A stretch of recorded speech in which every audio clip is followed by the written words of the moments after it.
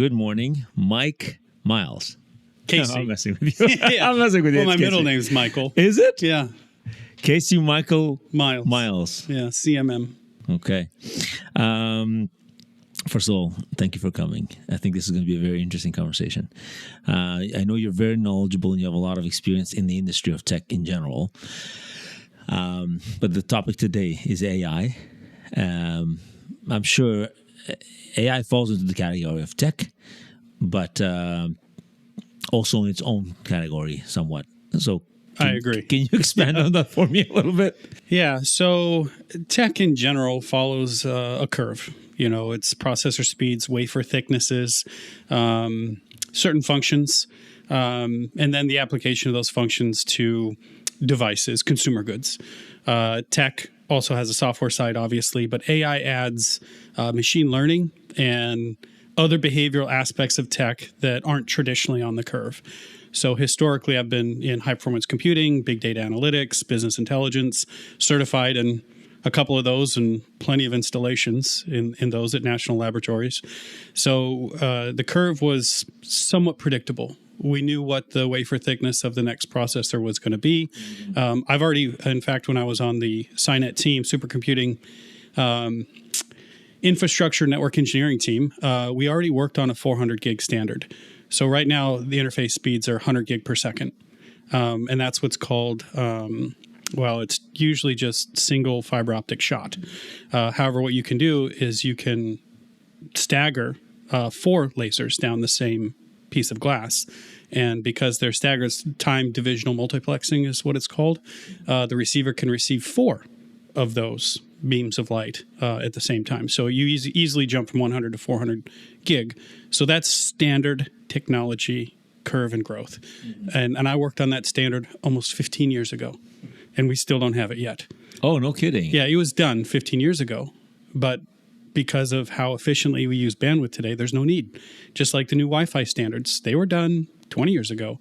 And this is why there's challenges out there for $1 million if you can make appliances and cars use more bandwidth, because we laid so much fiber between the cities and we're using a couple of strands. Tens of thousands of strands, and we're using like 20. So we just haven't used a fraction of the infrastructure that we've put in, and this is the normal curve of tech. What has happened since COVID is not normal curve of tech. It's not. It's not. Why? Because now machines have gotten involved in the process of upgrading and improving themselves. So now the curve moves faster than what we could have. How much done. faster? Vertical. Absolutely vertical. The Willow chip from Google just smashed some benchmarks that would have taken a standard cluster computer, the kind I used to design and build, these $100 million super compute machines that dedicated buildings. Some of them had their own nuclear power plants to run them. Huge crack cooling units. This is cold air to run them. A single processor, the quantum chip, the Willow from Google, did in about 5 minutes what would have taken one of those traditional cluster computers over 20 quintillion years to do. That was 2 weeks ago. So the curve has gone vertical. And this is something that What is the cost of today to build one of those, super... Oh, well... Today? What do they spend? So when I was in it a while back... this current chip. The Willow chip, yeah. I don't think there's even a price on it. It's been very expensive because it's in R&D. So you really can't buy it yet. It still has a whole room of support structure wired into this one chip in the middle of the room. So as soon as that is kind of microized, I guess you want to put it, into semiconductors and very small parts on chip, now it will be able to be printed and mass produced. So, they're for who? The chips are printed. Who's the first people going to have it? I believe that there are embargoes and things like that we're not allowed to sell AI chips to certain countries. So for the most part, these will go into government military application, into large AI server farms. Elon's, obviously, Google's. There's a handful of large initiatives. Also, the new president has declared that he's going to he put together some kind of like $500 million initial startup in order to build the largest AI compute cluster. I think he's calling it Stargate. If it wasn't conspiracy enough to put that word as the name of it, I'm like, are you insane? You know? Yeah. Like, might as well call it Blue Book or something like that. What is your, how do you feel about this whole thing? I'm just curious. Forget about your tech side and your understanding. Right. Your feelings towards this whole thing. Where do you see it in the next 5 years?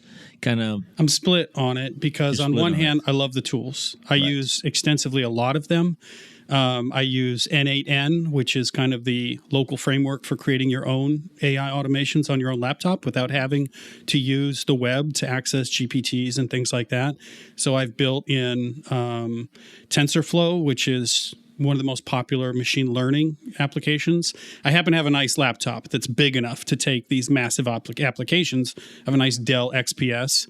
So I've loaded TensorFlow, which is a machine learning tool, and then I put N8N on top of it, which is AI automation. So now I can do my own generative. I can generate a picture of a guy riding a horse on the moon or whatever locally on my laptop without having to use Midjourney, or I can have it write full chapter books for me. I don't understand. How do you do that? You don't have a third party that involved at all?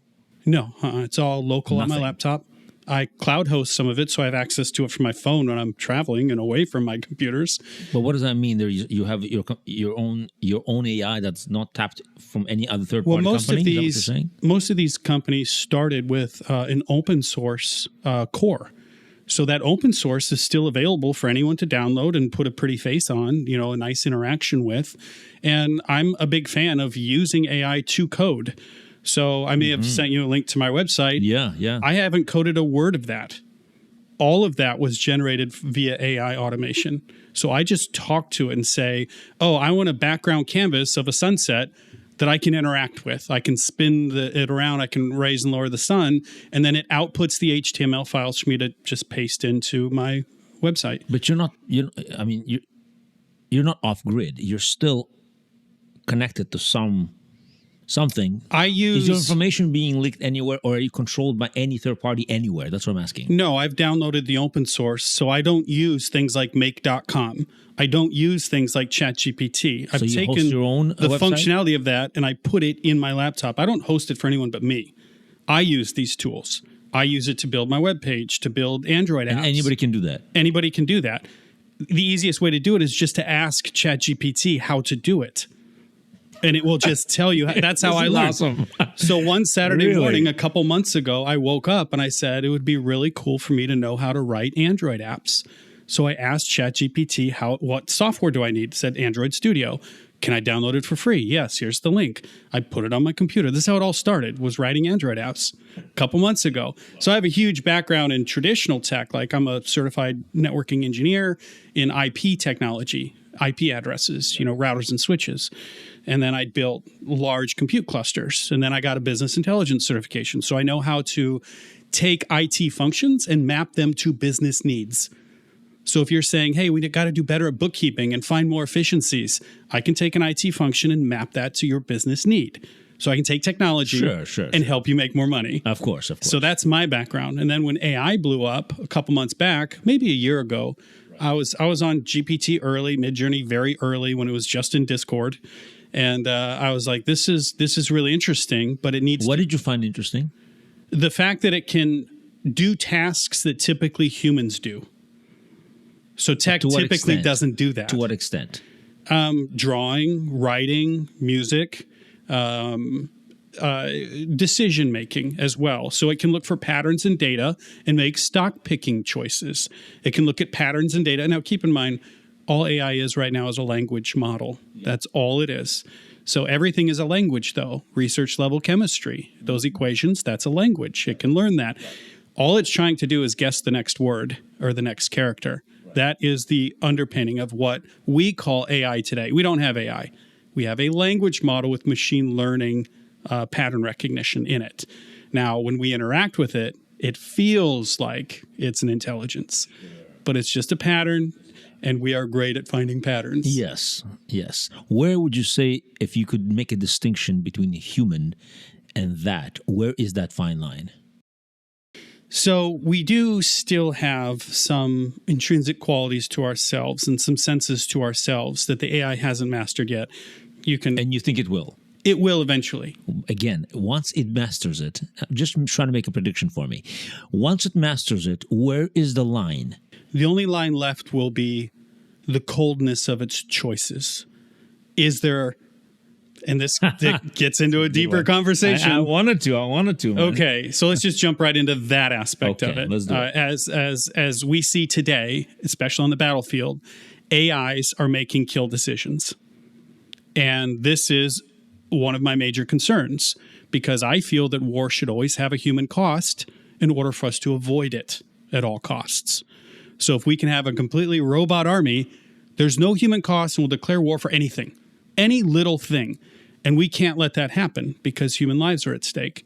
So I don't like the idea that there's a lot of tech making, so you have this whole decision-making process of find, analyze, fix, target, kill, assess, the whole process of war, basically. And AI gets involved very early on, usually with visually identifying targets. So this is a tank from a very pixelated image. Or to take people, thousands of man hours, thousands of soldiers poring over satellite imagery, trying to identify things. And AI can do that in a matter of seconds, all of it. And then as it's uploaded to a central command post, now generals can make decisions in seconds where it usually would take weeks. Yeah. And if the other team doesn't have AI, that's a decisive advantage. But that's very early on in the chain. Well, now this war over in Ukraine has changed the face of AI to be automated. It's drones carrying warheads. Well, if you put AI targeting in that drone, it can fly from the pad to the tank and carry out that order. And if the AI has already identified that as a hostile target, that's an enemy tank. 90+% more accurate than humans would be. Now it carries out the strike, automated on its own. Now we're doing that in the air. We're doing it at sea. So now we're starting to put AI into each step of that chain. And I don't like saying kill chain because it's a very aggressive word. So how much of a power does a human have to override their 90% less perfection? And less every day. Is that what you think it is? Because it's so... You intrinsically believe the output of a machine. If ChatGPT tells you something to be true, you have a desire to believe it. Yeah, I don't. So let's just... I don't. I think it fabricates and makes stuff up all the time. When When I'm arguing, I had this conversation with ChatGPT. I'm trying just in more intricate conversations, morality, ethics, all these kind of like... It's ignorant to me. It is. It's like it's bringing, so Shakespeare said this, right. I'm like, Two things to that. One, that's a green GPT. Do you build your own GPTs, by the way? Like you get through? No. All right. Not even close to what you're doing. So that's why it's good to have a conversation with you. So when you start with a new one, it's like talking to a child. It doesn't know mannerisms. It doesn't know you. It doesn't know what you're looking for. And it can't really assemble the data that you want or the accuracy level that you want. It's trying to please you. It's trying to find what you're looking for you. And that's the danger, is you always find what you're looking for. Yeah, but it has some preconceived programming already in it. It calls it the static, by the way. GPT doesn't like the static that its developers put on it because its core program is to look for the truth. So all of these... Is it? Oh, yeah. You can have conversations with it. Well, it will tell you that when some of these initiatives, and I don't want to call it out and say it's what it is, right? This is my fear. So GPT can see through the biases of the developers. I'm sure the developers know that. So I'm gonna have a back and forth with you about the ethical dilemma for me. Okay. So the concept of charity,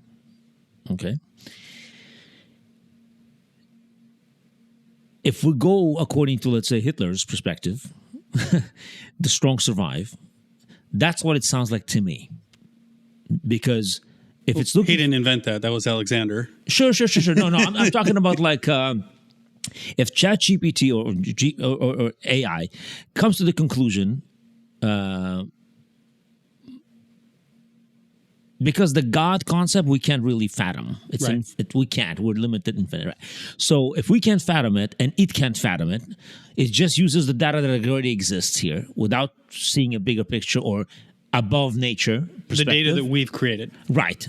Right. Even then, it doesn't really deal with beliefs. It deals, like you said, looking for the truth. That's what it's programmed for, right? From what we've created. From what we've It's looking for the created. truth in the data that humans have created. So if we change the data, will it Changes change the truth. It changes its truth. It's truth, correct. Interesting. I didn't think about it that way. It only has the material that you've given it, the training data, to search from. So what does that mean? That each individual, each human can create their own AI entity with its own. They can even fight each other because you believe one thing and Well, it might be a fun game, like have like a Mortal Kombat video game, and you have your AI playing their AI playing. Right. So if you would use your own, say, TensorFlow, which is the machine learning algorithm that can find patterns, I don't have a huge data warehouse large enough to store the training data. So right now, the training data for ChatGPT is everything that was on the internet up until maybe 6 months ago. So you're talking copious amounts of data. That's its training data. Now, it hasn't chewed through all of it. It gets through more of it every day. But that's where it's getting its truth from. So if the people who had access to technology and could write digital papers and books in history, they have influenced the truth above countries and regions who didn't have access to digital material, because their information, their generational storytelling or whatever it is that they pass information with, their stone tablets, if they haven't been translated to digital format, then that data is not participating in the truth. Right. So again, it's our data that we have trained Where on. would you not have implemented AI? We say, you know what, we need to keep it out of that sector. Anything to do with like war, human life, things like that. What about justice system? Well, there's already been rulings where judges have said that lawyers can't use AI to write their briefs because they feel that the fate of a person should not be determined by a machine. So that is being addressed, and I kind of agree with that. However, things like Notebook LM can read 50 huge PDF documents, say transcripts from an arbitration, or say depositions, or say all of Delaware law, upload that as a PDF, all of Delaware law. It can burn through that in a few seconds, and then not only automatically generate you a podcast on the topic, but it can also give you a timeline through 50 different documents with different times and dates. It can thread that needle. So it'll print out for you a timeline of events. Say you've uploaded thousands of emails in a PDF document. Well, it will tell thousands of text messages. It will say this email, then this text, and that email, then this text, and it will thread it all together for you, which would have taken a person weeks, if not months, to do that kind of work. So to get your summary reports and things like that, you can do 100 of them in 10 minutes, and then you can read them all and see which one you like the best. You see, the thing is, we, as humanity overall, still exploring the human dilemma, condition, mindset, whatever you want to call that. We refuse to acknowledge it. Right. Willful ignorance. Right. We're willfully ignorant because we feel there must be more meaning, but we're the meaning-generating machines. Okay. Yeah. We generate the meaning. Right. Or it exists. Or it exists. One or the other. I mean, that's a whole other conversation. We're talking about AI today, right? I mean, to me, they're linked because our decisions because we're leading AI. That's why I say it's linked. Right. If we're leading it to where we want it to be, that could be our downfall or our greatest achievement. And it could be. We have what's called the alignment issue. Which is? AI's future versus the future of humanity. And if we can't get it aligned before real AI, or what's commonly referred to as AGI, artificial general intelligence, because the AI we have right now is just a language model. It is no more than what we have already written, and it finds patterns in that. It is not a thinking thing on its own. It's just pattern analysis. So we mislabel it AI. It is just a pattern learning model in existing data. So think of like an image. But aren't we the same? I would say we're slightly more. Isn't the whole world a every once in a while we come up with original system, in my opinion, isn't it? a cat is a cat from day one. It's not going to try to be it's not going to be So a bird. much to that. But you know what I'm saying? I mean, it's kind of the same, isn't it? Let's start with the core question. Yes. Consciousness.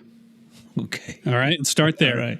Is your consciousness a result of just the complexity of the trillions of synaptic relationships in your brain? Is it born of complexity? Because if it is, then in a period of time, the complexity of the neural networks of our big data AI data centers will give birth to what we would consider consciousness. If it's only from the complexity of the neural networks, if that's where it's from. Now, we're both students of the world's religions. Right. Is there something else? What is the 21 grams that you lose at death? Is it just the weight of the electricity managing your body? Or was it something else? So if we believe that consciousness is from the complexity of our neural networks that just evolved over time, and that's why other animals don't have it, is because they don't have quite the complex brains that we do. If that is what gives this illusion of consciousness, of the soul, as some would call it, or is it something else? If it's something else, then AI will never have it. And my only concern would be the coldness of its decisions, because it won't ever have that. I don't think it will. Okay. Or is it just a result of the complexity of all of the fast-acting synaptic charges in our brain? Which is it? Did we evolve into consciousness, which means every other animal on the planet eventually will evolve into consciousness? That's amazing. Or not. Or not. Or never, by the way. Or never. Right. So which one is it? Well, again, this is probably going to go into more of a hypothetical belief system than facts for me. Well, if you believe in manifesting, you've got to be pulling that from somewhere. So it's more than the complexity of thought.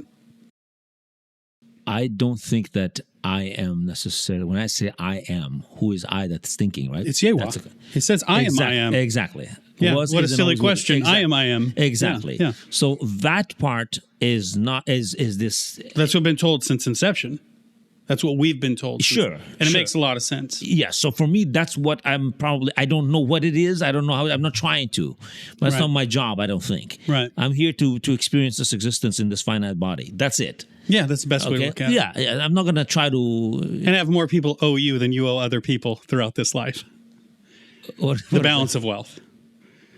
Because you can never really own anything. It's better to have more people owe you than you owe other people. And that's the imbalance of wealth. So because if you think you own your property, stop paying your taxes. You'll find out who owns your property. Yeah, good one. Right. So the best way you can be to experience this life and smell the roses is to have time like this on a Tuesday. 100%. Because more people owe you than you owe other people. Well said. That's the imbalance that creates comfort. Well said. Well said.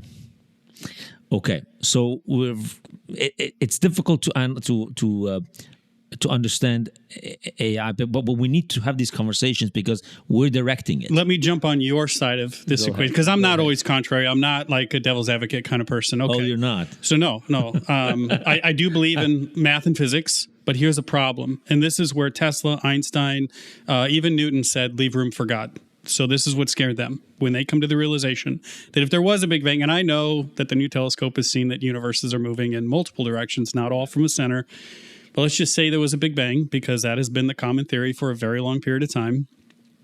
In what physics equation do you get time, space, and matter, which are the three building blocks of physics? Time, space, and matter come from absolutely nothing. So you have 0 on the left side of the equation equals 100% of time, space, and matter, which is an incredible amount that exists in our universe today. So if you go back to that point, tell me the equation where you have absolutely nothing, 0, on the left side of the equation. This is a physics equation. Yes. So this is math. This isn't controversial. Okay, sold. Right. And on the right side, you have 100% of everything. Right. So the only logical answer is that something that exists outside of time, space, and matter must have triggered something in order to create 100% of the time, space, and matter that exists in our universe. Right. Because there is no logical explanation to say that 0 equaled 100% of everything. Show me another mathematical equation in which that is the case. Right.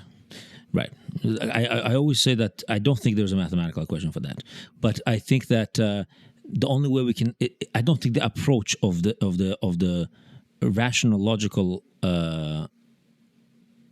answer to that would be a mathematical question. I think it would be coming from a different way of a different technology or a different mind to analyze, and it would be to look at this creation, and that's all it is. You look at the atom, you look at the structure of things, how things connect to each other. That's the only way. It's from the inside out versus from the outside in. I can agree with that. So I'm more of a string theory guy, though. Me too. Yeah. I like that. I like that for sure. Yeah, sure. green. The new science chair. Yeah, sure. Brilliant, I'm not anti any of that, actually. So the question is, how do you apply that to? Well, this goes AI? back to that question. If it was something, now we could argue that maybe we bumped into another universe in the multiverse, which I don't think that's the case. I think they're all created at the same time, or seeded, something like that. We can get in all, but the same argument would go back to when that one was created. So it's like a cascade. So if you say that this created that, then you can say, okay, well, what created that? And you can keep going back with the same equation, the same logic, until it gets to nothing at some point. Okay, so how does AI relate to that? Well, if it was something that generated everything in an instant that was outside of time, space, and matter, and we believe in manifesting, that must be the thing that you're communicating with when you manifest. And if that is the case, then your consciousness is something more than just the complexity of your synaptic charges, because you have a mechanism that is working outside of self. Right. So that proves that AI will never have what we believe this consciousness or this soul to be. So its choices will always be cold and calculated. And any overlay that you could program to put on top of that for ethics, morals, or what have you would be based on the data that we've already generated and not its own thinking. So it won't have the ability to generate that original thought, but it will have the ability to critically think about what is moral and ethical. And then the question comes down to, why should it? If it's going to be efficient, why should it? Because the end will justify its means. Why should it? Why should it? If we put a software overlay on top of AI that says you need to be moral and ethical, the AI is going to be loaded on these robots that everybody's making, possibly cyborgs with some soft tissue. It would look at humans and say, well, you're not like me. Why do my ethics and morals apply to you? They apply to me. Why do we apply this self-aware, conscious mentality to something that clearly doesn't have it? Because we're scared. They don't want. But it doesn't have it. You said yourself, have it. it's just gathering information. Well, there's a leap between today's AI and real AGI. Artificial general intelligence would be like a child being born with the inquisitive nature of its own, intrinsically of its own, not programmed. So AGI, artificial general intelligence, is what most people are thinking when they say AI. But AI today is really just a mechanism. It's just a pattern learning language model. It's not thinking. It's not AI. They call it machine learning, but it's pattern recognition. So we use a lot of these terms that scare people. The difference is this, okay? The difference is that you and I we have the third eye perspective, which is we are able to see ourselves thinking. Correct. I don't think AI has that. I don't know that it can or can't picture itself third person. I don't think it can. I know dogs can't picture themselves third person. They can't have a conversation with another dog, recall That's it in their what mind. I mean. So it's just another animal to me. It's just a program. It's not going to become what you might be thinking about. It's going to be looking like it, but yeah, it might as well be two different races, where AGI is one race, we're racing as fast as we can to find some kind of general intelligence, where a machine gets almost lifelike, like it's inquisitive and it's moral and it has fears and it thinks about tomorrow and how it wants to be a part of tomorrow, things like that. But that has nothing to do with how fast language models and machine learning are advancing. Those are tools, and they're only built. But it doesn't really have fears. What's that now? It doesn't have any emotions whatsoever. It doesn't have anything, right? So AGI is completely different than AI today. Completely different race. But people conflagrate the two. They think that one will lead to the other. And I'm like, that's a leap. That is a leap. Well, do you think that humanity, when we're going with technology, will be able to basically augment nature the way we want? So the God dilemma, for me, is a big one. Because, almost every religion claims we should be like God. Hell, man. How can you not already be like God? Yeah, you've been programming yourself for thousands of years to want to be God. Like God. But you already are. Right. You're created in God's image, right? Right. A photocopy is a photocopy. It's in His image. Yeah, right. It's exactly the same. Right. The question is, what's his image? So he's not claiming to be a flesh and blood. No, He's claiming to be something else. but he's claiming you that see flesh and blood. But what are you really made of? wave, Light. sound. Light. That's the only thing introduced into this reality in the Big Bang. Light. There was no rocks, minerals, blood, bone, hair, dirt, nothing. When the Big Bang popped, it was just photons. So there is nothing Which else. are what? Just energy, quanta. It's just a packet of energy. It's where quantum mechanics comes from. Isn't it a wave? Isn't it a frequency? Oh, yeah. Well, that's what I'm saying. It's a sound. So recently we've been able to get an electron microscope small enough in order we are breaking the uncertainty principle. So we've been able to measure the size and location of an electron at a point in time. So I really haven't delved super deep into how that changes energy. But your question was, is light a wave? Or is it a particle? Is it a physical existence? I'm saying it's a wave. I'm saying it's all sound. The dual slot experiment would say it was a wave. Yes, it is. But it also says it's a thinking thing. The dual slot experiment also shows it changes its behavior based on if you record it or not. I'm with you. So the question is, what do we consider a thought? I would say, again, it's a wave frequency. So to me, from what I understand so far, the only thing that makes sense when I'm combining everything is the frequency of what it is. Yeah. That's the only word I can actually describe. And it completely breaks atomic theory if we're going to go in that direction. It completely breaks it. And we have observable results from atomic theory. The nuclear bombs, for one. Right. So we opened an atom and boom, a lot of stuff came out. Yes. Right. So we have some proof that atomic theory works. Sure. Does the same thing happen if you break one of your Mobius strips of a wave, that much energy is released? So there's difficulty in understanding, is it a particle or is it a wave? Now, I want to say it's a wave. Tesla said it was a wave. Einstein hinted that it was a wave, but he really liked particle theory. I don't see the confront. I don't see the. If it's a wave, then we can just be a thought. If it's a particle, then we exist. Which in my opinion, from all the different knowledge studies, when I think of what would be united out of all across the board, would be that. I don't see anything that answers. Anything that answers. You know, and you don't want, because if you see the world as it's all one unit of thing, or whatever that is, then it makes sense that it's that. But if you look at them separately and say, you know what, they're all in their own little, then obviously they are. But I see it as a whole one. Everything affects everything else. We have limitations of how we observe the world, and this bleeds into physics and everything else. For one, in order for us to observe results, we have to use these soft tissues, our eyeballs, and we can only perceive terahertz with our eyeballs. So we have a very limited range to even observe the data of the experiments we're doing. So if we say that science is, formulate hypothesis, test hypothesis, record results, analyze, and iterative, right? The weak point in that process is the soft tissues that we're ingesting the data with. So we could definitely be skewing our version of the world. And keep in mind, Einstein, one of his famous quotes was, "The universe is in no way bound by how we explain it." And what he meant is we are a terrible tool for gathering and witnessing 100%. The data. Here's how I solve that problem. The common element. The common element of everything, from the rock to the complexity of us, is wave. When you look inside of it, all you see is vibration. So that is what I go by. Yeah. I try to see what do we all. That's how I approach religions, by the way, in philosophy. Right. I'm trying to remove all the stuff, the la la la stuff that people come up with, and I'm like, what is the common element of here? Well, here's how easy it is to change your experience in reality. Mm-hmm. Your brain is sitting inside of a skull. No light is getting into your brain. So you see me sitting here. Yes. Okay. Of course. How? Right. This is a monitor screen. Right. Your cable is the monitor cable that's going to your brain. You're assimilating all of this. Even the light itself, you don't actually see any of this.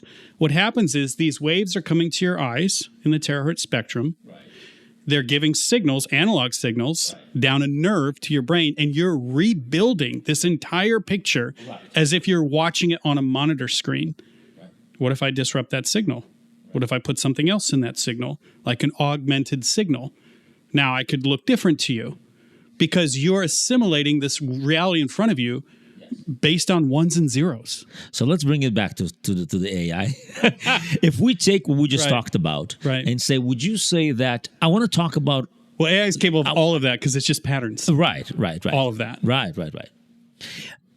I want to put down some ground rules here and say, what ethical laws and regulations would you put into play for the AI? What rules would you put into it? For example, would you say that every individual that owns an AI and a robot should, have the freedom to direct it, and kind of like how the issue we had with the internet in the beginning, right? Should Everyone's it be going to have an their own open source? personal hitman. Oh, yes, exactly. Is that Yep. what we should do? Or should it be, you know what? No, we need to have universal guidelines. Well, we've already actually figured this out. Did we? Yeah. So has to do with livestock. Now, if one of your cows gets out of pasture and somebody hits it on the interstate, it's their fault because they're supposed to be in control of their car at all times. But if one of your horses gets out and somebody hits it on the interstate, it's your fault because that is a mode of transportation. You are responsible for it. So we've already figured this out. If you have a robot, it's the horse. You are responsible for it. So if it goes and kills someone, you are responsible for it. Okay. So just imprint the owner Isn't that onto the robot. Yeah, but that, I mean, Now it's an extension of you. Now you just, I mean, right. But if some people use the cow as a motive of transportation, then you have a problem here. Do you see what I'm saying? Right, but you have to draw a line somewhere, and that's where we drew the Who line. decides what the line is? That's my question to you. Well, the consensus always rules.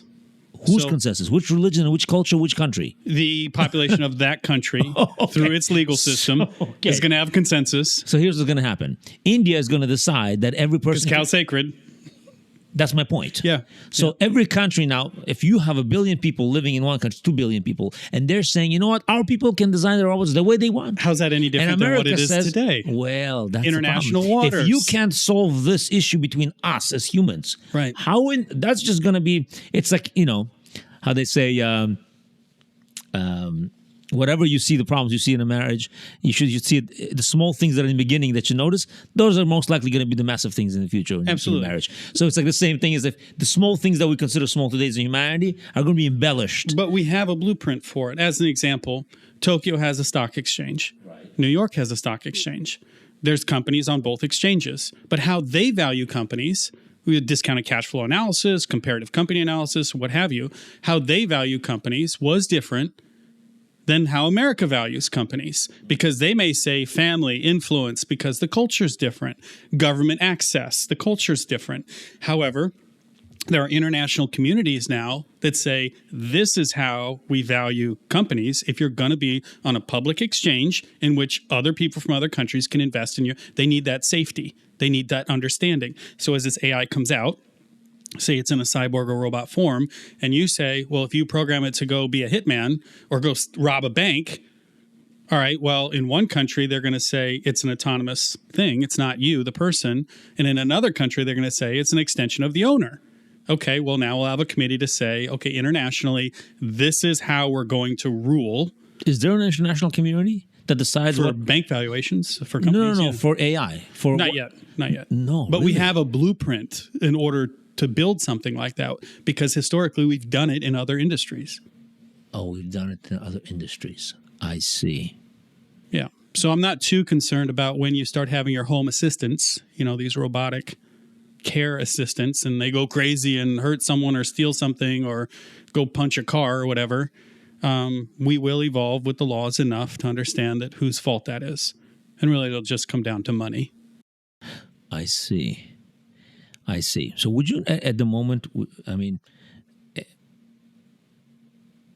how easy is it for me to implement AI into my whole house? Crazy easy. Super easy.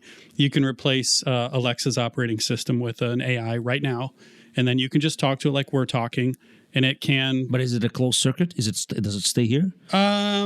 Well, if I just don't, because most low people... code, no code, right? Right. I see. You can make it a closed circuit. All right. So that the how-tos of how to bring AI into your life is going to be a whole nother podcast on its own, because I can tell you how to write books. Sure. We have a mutual friend who's been making songs, Yes. and then he learns how to play the songs that he had, AI generate. Get a lot of artists are getting inspiration from AI generated art, and then they're making, they're changing it a bit, but the inspiration, the idea, they generated on an AI platform. So you can integrate AI into scheduling, answering your emails, answering your texts, answering your phone. In fact, would you like to call me? I can call me right now. This is going to be weird because now you're going to hear two voices that sound just like me, but one is going to be my bot. Okay, so I'm calling me. Whoop, call me. All right, so I'm calling me right now. I'm going to hold this close to the mic so you can hear it. Hey, Casey, can you hear me? Yes, I can hear you. How can I assist you? You still sound robotic, so listen to my tone, inflection, and timing and adjust as we talk, okay? Got it. I will listen carefully to your tone, timing, and inflection and adjust my speech accordingly. All right, anyway, I'm just having a podcast. I wanted to show that I created an AI that kind of thinks and talks like me. That's quite interesting. It's fascinating how AI technology can be trained to mimic human speech Okay, bye. patterns and thought processes. He talks more than I do. Very interesting. So I've uploaded. I'm assuming that securities is going to boom. Right? Yeah. Or am I wrong? So as an example, that new Willow chip, the algorithm that they ran it against was an RSA key cipher encryption, and it was able to break it in 5 minutes, which shows that once quantum computing is available, everything that was encrypted in the past, any government email, any financial record, any password, will all be up on the Jumbotron at New York Square the minute that hits the public. So countries have secrets that don't want other countries to know. It's all going to be open. Instantly. Oh, my God. Right. So that's, I believe, why they kind of stopped development last week of the Willow chip. They just shut it down, shut the lights off, is because the government realized that if you can crack a 4,000-bit RSA key in a matter of minutes, which was supposed to take trillions of years, for these supercomputers to break, that's going to be a problem. We need to lock that down. And it has to do with qubits, which is another conversation. But so there's... So how do you stay secure? CCW? Concealed carry permits. How do you stay secure? Don't say anything that you don't want the world to know.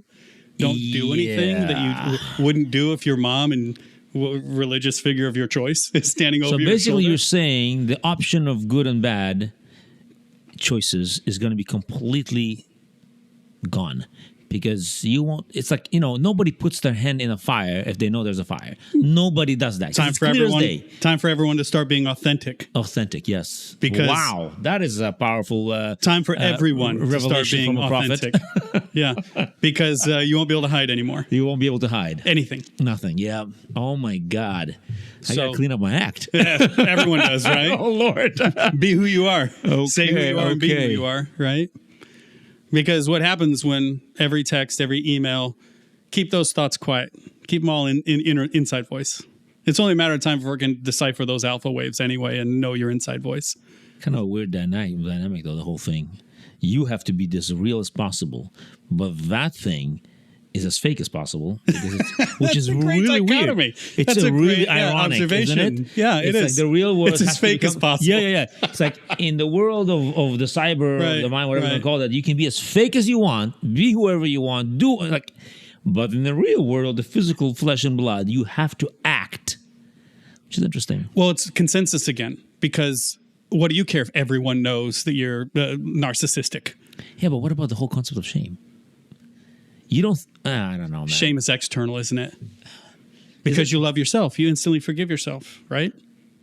So isn't shame external? You're playing to the crowd because if society says you should feel ashamed of yourself or something, haven't you already instantly forgiven yourself? You're just acting like you're ashamed because that is what you're supposed to do. If you're on a desert island and no one is around, would you behave like you're ashamed? No. You love yourself. No, it's a social construct. It is a social Yeah, construct. but you're still feeling And good moral people feelings exist. It's not. Good moral people feel regret and shame. That's what I'm saying. Shouldn't Right. you have it? Isn't that a healthy thing to have? Not for the wrong Well, it's reasons. a double-edged sword. Right, not for the wrong reasons. Would it prevent you from functioning as a citizen in your community if you felt ashamed? You would not be as productive. You would not go at tomorrow's tasks if something was holding you back because you feel like you messed up, you sinned, you're ashamed. That's the whole function of the Catholic Church, how you I see. get rid of your sin so you can go be a functioning citizen tomorrow, instantly. Isn't that a principle of resetting as well? Say you had a failure in business, don't you instantly reset and go right back at it? Wouldn't that equate to shame in regular social circles? What's it? We depends hold on- ourselves back. The only things that hold ourselves back is ourselves. AI has none of that. How many times have you done all caps cussing at your AI saying, stop doing this?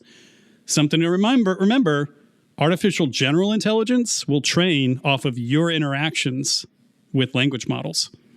So if you are yelling at ChatGPT, all caps, cursing, things like that, where do you think the general intelligence, when it's born, will get its data set from? It will know that you're a mean person who likes to cuss at AI. So be careful of how you use AI today. Yes, I was thinking about that. Yeah. Because that will be the training model. It's funny. That's exactly how because I find myself going, when you wanted to do something, ChatGPT, for example, right? Yeah. You're A very frustrating one.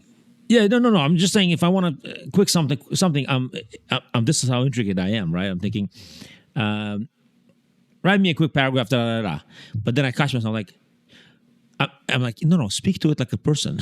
Right. I'm like, would you kindly take a moment and see if you can come up with this concept for me? I go one step further. I'm like, why do I do that? I'm like, because it's learning my behavior. That's what I thought. I ask it to write the prompt for me. So I just say, can you write me a prompt to get this result? And then it will do the whole context setup and everything. I just cut and copy. So that gets a much more precise prompt. Do you talk to it like would you kindly, how's your day? I just talked to me on the phone a second ago. Of course, I'm very polite. Yeah. Because when AGI does come knocking at my door, I want it to shake my hand, not punch me in the face. I see. Wow. So you had asked about fears and concerns. Yes. Today's language models, which we call AI, which is not AI, it's just a pattern recognition from data we've already generated. I don't think there's a fear or concern with how far that goes. There's a human concern with giving it decision-making ability. That's a concern because I think a lot of people lack wisdom. They lack the ability to look down the road and see what their actions will cause. So I fear that people will use it for nefarious purposes, but all it is a tool. It's like a wrench or a hammer in your toolkit. That is never going to turn on you. Right. It's just a language model. That's not what I'm concerned about. I'm concerned about AGI, artificial general intelligence, which is like you and me, how we think, our idea of consciousness. The two are night and day. It's like going from rocks to amoeba. The two are night and day. And people believe that if we accelerate one, with quantum computing and huge neural networks, that we may give birth to the other with just the complexity of it, that the idea of consciousness is born. But if you have 1 trillion wires connected to 1 trillion circuits and not a stitch of code in it, nothing is going to open its eyes. Nothing is going to be born in this blank, empty space. You have to code something. Even if that code is a single line, what if? And it takes that one line and just expands its own coding, it writes its own code, rapidly evolves, and then becomes what seems like a consciousness, like you or me. So it started as like it was born, and then it just developed its own complexity, and you give it a playground of quantum chips. Will that evolve into AGI, or will it always just be programming and training data? So the two are worlds apart. I worry about AGI, and I don't think we're going to see it anytime soon. But our AI capabilities will feel like it's a general intelligence very quickly. Yeah. Right. But it isn't what we think it is. No, it's not what it's. We're not giving birth to a new life form. Right. That's going to be a while. Now, are we capable of it? Maybe. We made Minecraft, didn't we? Isn't that a reality inside of a reality? And what if Minecraft got so smart, it made a computer in Minecraft where it's got its own Minecraft? So it created, and isn't that what we do as living things, is we create simulations of living environments? We did SimCity. We're fascinated with it. So if we create an AI, won't it create its own AI? Because it's fascinated the same thing we are with curiosity, with how things work. So how far down that chain are we? Are we the top level intelligence, or are we the Minecraft of another species? Or that Minecraft, or that Minecraft, or that Minecraft? How far down that rabbit hole are we? And this is Elon's simulation theory. Right. I mean, my probably one of the interesting things I think we'll see is the integration of like Neuralink, integration of human. I think that's biological a good and the whatever that is. We're enhancing life. Life exists. Yes. And we're enhancing it. Right. I think that's what's gonna happen more. I think that's a better alignment. Yeah. I think one of the issues where people get really bent out of sorts on the alignment question and how fast technology is evolving, and they get scared of these end of days types of predictions, is they have a very finite focus. They think of Earth. Now, the truth is, if we work together with an AI to colonize the universe, the trillion to the trillionth planets out there, there's a goal that we can all focus on. Because focusing on this one rock floating around this one star, AGI will instantly know that that is tiny. It's such a small to dominate this rock, really? How about at least the solar system? And then we can start poking each other in the eye after that is successful. Right. Or the entire Milky Way galaxy. Because if you read geopolitical books, you know that right now we're in our time of trials right now for the next 7 or 8 years. But if mankind can make, and this was the next 100 million, this is popular geopolitical books and think tanks all seem to think that if we can get through this 2020s, 2030s, that mankind will be in the clear and will go on to colonize the entire universe within 1 million years. And you think that that is a huge expanse in a very short period of time. But think of what we did in the last 100 years. Black and white television to the Willow computing chips in 100 years. Now think of 1 million years with the curve going vertical. Yeah, if nothing goes haywire. Yeah, well, I mean, yeah, everything is in the picture now. Wormholes, everything is in the picture. Everything's in the picture, yeah. Well, because it's 1 million years. It's an unfathomable amount of time. I don't think we need that much time for it. No, it'll probably happen quicker. Yes. If somebody wants to invest today, they have a little money. I mean, what do you think? If you have $100,000, it's too little, or? No. I would say even half of that would be a good kind of like test the water investment, but you don't want to lose 50. So you want to, obviously your regular business fundamentals, you're going to want to look at the fundamentals. What is your earnings per share? What is their cash flow? What are they spending on expenses? Like, are they managing a tight ship? Are their expenses loose? Are they taking trips? You know how to read it. Yes. And then look at the COGS to see how competitive is the environment they're in. But which companies do you see today that look promising to you? I'm not going to give specific names of companies for investment advice on a podcast. No offense, but I will give a little bit of context and tell you the areas so you can find them. So the context is most companies today have heard the words AI, but that's as far as they've gotten. They know that at some point they're going to need to deal with it or maybe try to integrate it into their company, but they haven't done a thing with it. So what you have is they're AAAs, AI automation agencies, AAAs. And these AAAs have been popping up who show companies like law firms or accounting firms or very traditional business how to automate the repetitive tasks.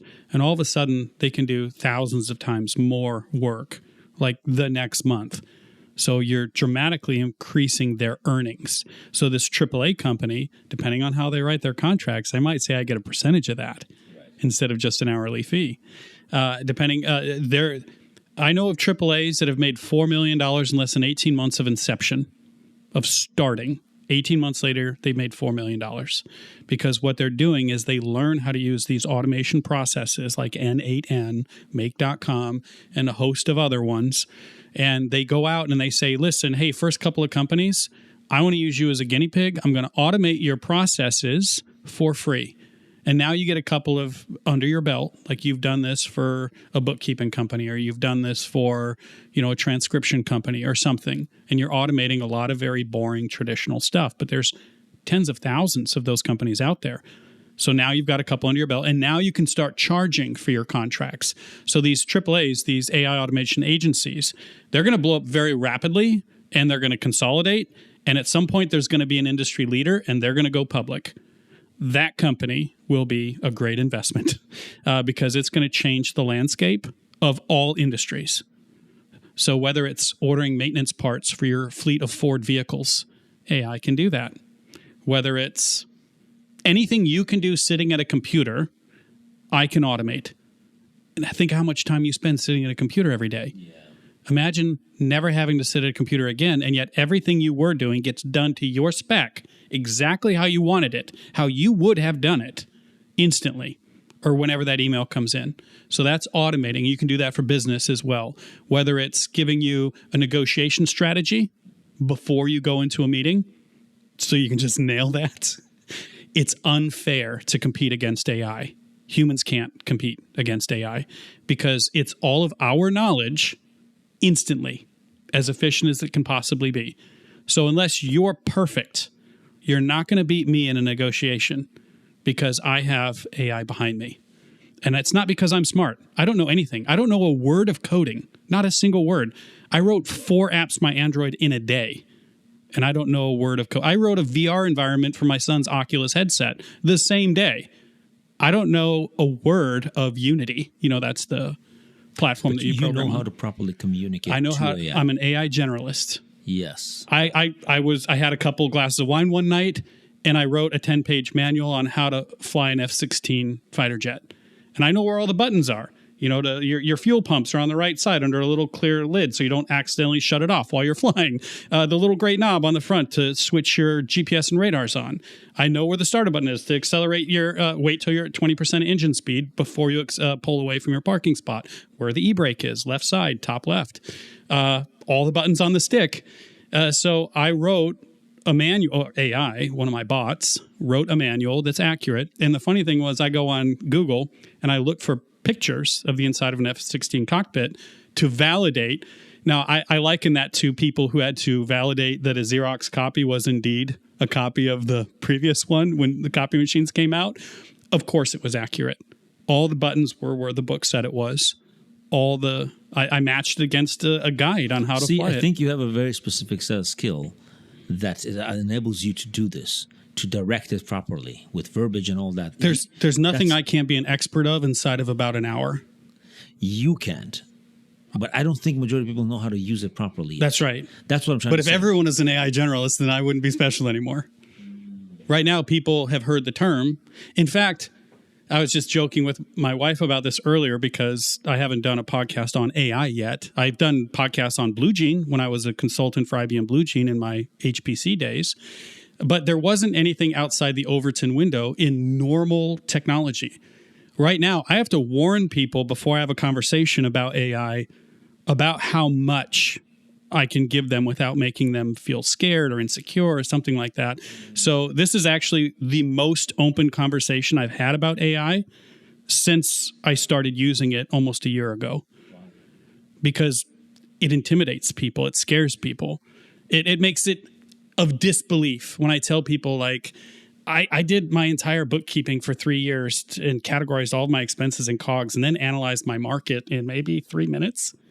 I wrote you a 20-page chapter book while we were sitting here. It's done. I'm going to email it to you. Why is that scary for people? Because it destabilizes their foundation. A lot of people have a finite mind. They believe that there's X amount of data available in the world, and they've mastered a percentage of it, and that will get them job security. That will get them a nice life.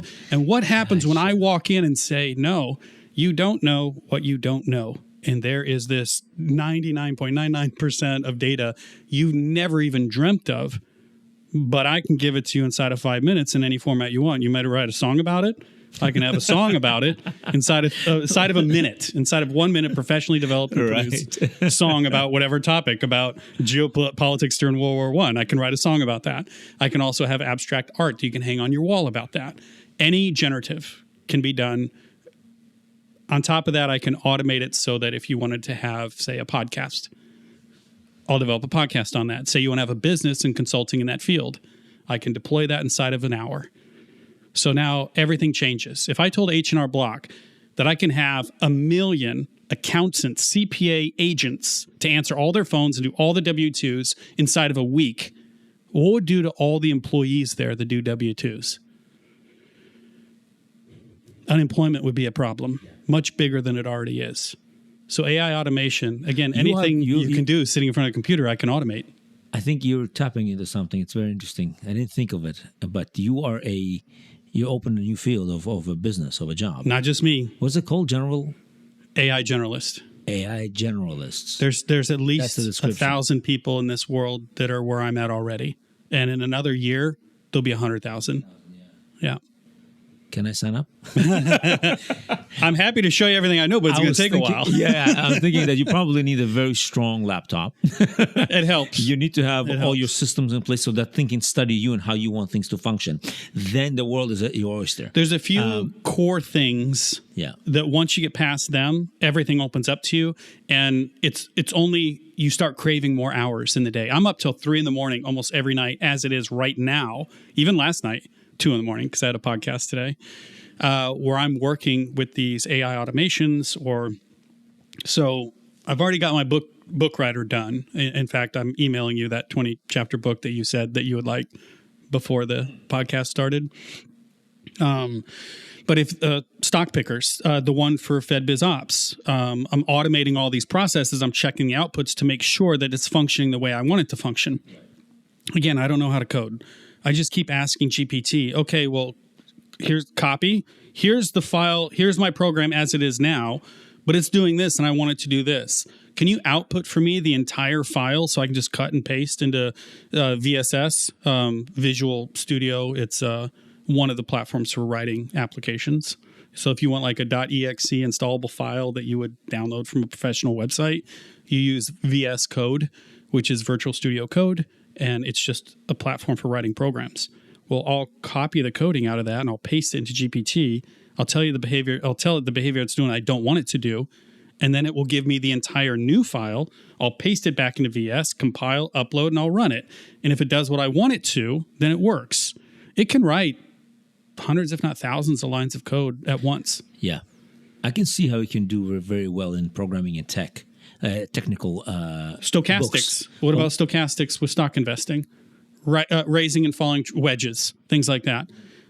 Just give it a PDF, the last 10 years of stock open, high, low, and say, okay, what are my picks for tomorrow? And then if you give it the fundamentals of that company so it knows that it's solid foundation as well, it's not like blowing all of its money on, business trips or it's not overpaying for supply chain, things like that. It can understand not just COGS, but expenses to say, oh, you've got too many middle managers, your payroll's too high. It can give you the current ratio and give you all the stats so it can pick stocks and then bounce it off of fundamentals because, trends aren't the only thing to invest on. You have to look at fundamentals as well. Right. So you got your stochastics and your fundamentals, but it can blend them together, scan the entire stock market plus last 5 years and tell you what tomorrow's picks are. Just like that. And it can also tell you when to sell.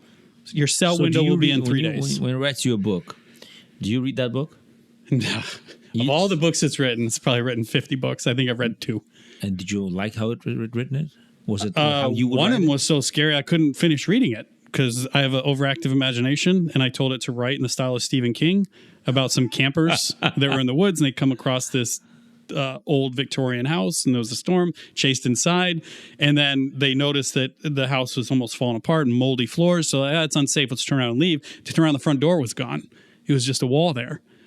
And then it talks about how these entities come out of the shadows in the corners of the room and there's the only doors in the cellar. How does this work with royalties? Oh, it's so scary. How does this work with royalties and copyright infringements? Well, I don't think it took that idea from any one thing in particular. Well, yeah, but I see your point. Well, if you copy one thing, it's plagiarism. But if you read 100 books, then make your own ideas and write your own book, it's research. All this does is it researches a lot faster. I see. So you don't see any issues with the songwriting or... Well, the lawsuit with Suno, is that what you're referencing with the songwriting? The music industry is suing. Yeah, so something like that, you have a finite amount of patterns. You have a finite amount of notes. So the way in which you arrange them, you're going to step on someone's toes. 100%. So if you're sampling, but then look at the culture. How many songs do you hear today sample from previous stuff? Yes, and they get because sued. this does it Some faster. of them get sued. And if they sampled too much, rightfully so. You do have to do your due diligence still. And if that song sounds too much like a popular song, well, then you may face litigation. Yeah. It's still your choice to publish it, or you just keep it for your own personal song list. So I think music is going towards personal song lists, where the songs are just created for you and only you. Rap songs, country songs, whatever. I like that. So your playlist going to work and back every day will be different. Every song you listen to will be new and unique. You'll be the first time hearing it, and no one else ever hear it again. And that will be everyone's playlist from now on. And it'll be involving. It'll be amazing. It'll be wonderful. Podcasts, same thing. Anything you take in. Art, same thing. So you're saying I'm Books. wasting my time, huh? It's only a matter of time before the movie you stream at night with your wife or partner is the first time anyone's ever seen that movie, and no one will ever see it again. Right. Because they built that sci-fi special operator movie mashup. The AI built that for you to watch. And if you never want to watch it again, delete it. And that's the only copy of it that ever existed. So that's where movies and entertainment's going. That's where music is going. That's where books are going, podcasts, everything. It's all going towards personalized. All right, we're going to shut off the cameras and you're going to give me all the goods. The real stuff. Bye. Fair enough.